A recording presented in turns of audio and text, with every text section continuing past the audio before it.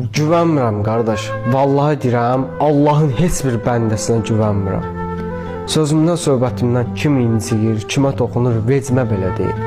Bu qəlbi o qədər incidiblər ki, kiminsə inciməyi bu qəlbin inciməyin yanında heç nədir.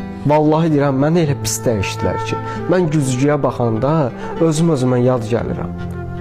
Özümə deyirəm ki, sana nə oldu belə, sənin kim dəyişdi belə? Dilim gəlmir deyəm ki, ətrafım dəyişdi.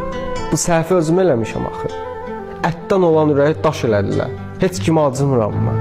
Bilirsən necədir? Ətrafımdakı insanlara o qədər dəyər, qiymət verdim ki, özümün qədir qiyməti bilinmədi.